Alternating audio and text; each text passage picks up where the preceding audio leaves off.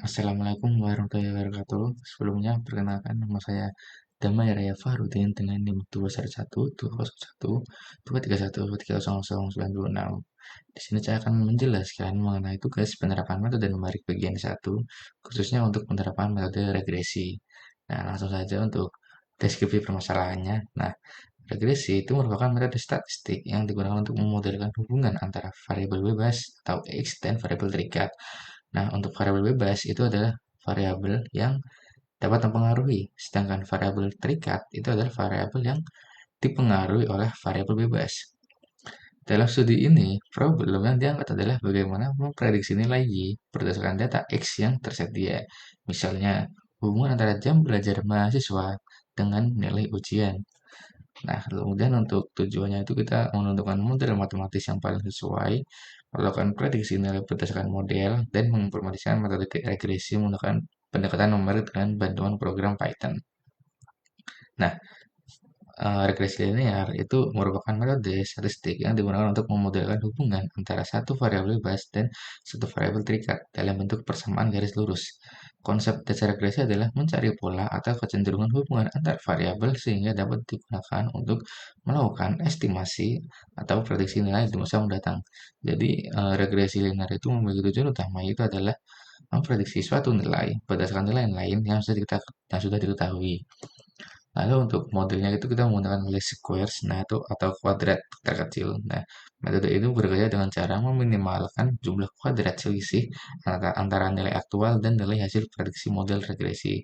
Nah, secara matematis metode kuadrat terkecil menghitung nilai konstanta dan koefisien regresi berdasarkan data-data diskrit melalui proses perhitungan numerik berupa penjumlahan, perkalian, dan pembagian.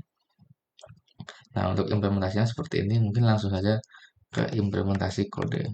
Nah, untuk kodenya yang pertama itu kita mengimport dulu pandas dan numpy. Nah, untuk pandas itu supaya kita dapat membuat seperti tabel pada Excel atau spreadsheet. Terus untuk numpy itu adalah eh, seperti perhitungan matematika pada Python. Nah, yang pertama itu ada variabel data. Variabel data itu memiliki ini ada jam belajarnya. Nah, jam belajarnya ini adalah X atau variabel bebas, yaitu dia yang akan mempengaruhi Y atau variabel terikat. Nah, untuk variabel terikatnya itu adalah nilai ujian. Nilai ujiannya adalah seperti ini. Nah, kemudian ini kita menggunakan Panda atau data frame-nya supaya bisa membuat seperti tabel Excel. Nah, terus juga ini yang tadi sudah saya jelaskan untuk variabel X, jam belajar dan variabel Y itu nilai ujian. Dan untuk N itu adalah panjang dari variabel bebasnya. Nah, makanya ini N itu adalah panjang dari X, yaitu ada 5. Nah, terus untuk B itu adalah koefisien regresi yang menunjukkan berapa besar nilai naik jika jam belajar bertambah selama 1 jam. Nah, untuk rumus dari koefisien regresi itu adalah N di sigma atau dijumlahkan semuanya dengan X kali Y dikurangi sigma X dikali sigma Y terus dibagi dengan N dikali sigma X kuadrat dan dikurangi sigma X kuadrat juga. Nah, untuk A itu konstanta. Untuk rumus konstantanya itu sigma dari Y dikurangi dengan sigma B dikali sigma X dan dibagi dengan N. Nah, lalu untuk ini apa rumus dari nilai prediksinya itu adalah A dijumlahkan dengan B dan dikali dengan X. Nah, kemudian ini akan mencetak dari hasilnya.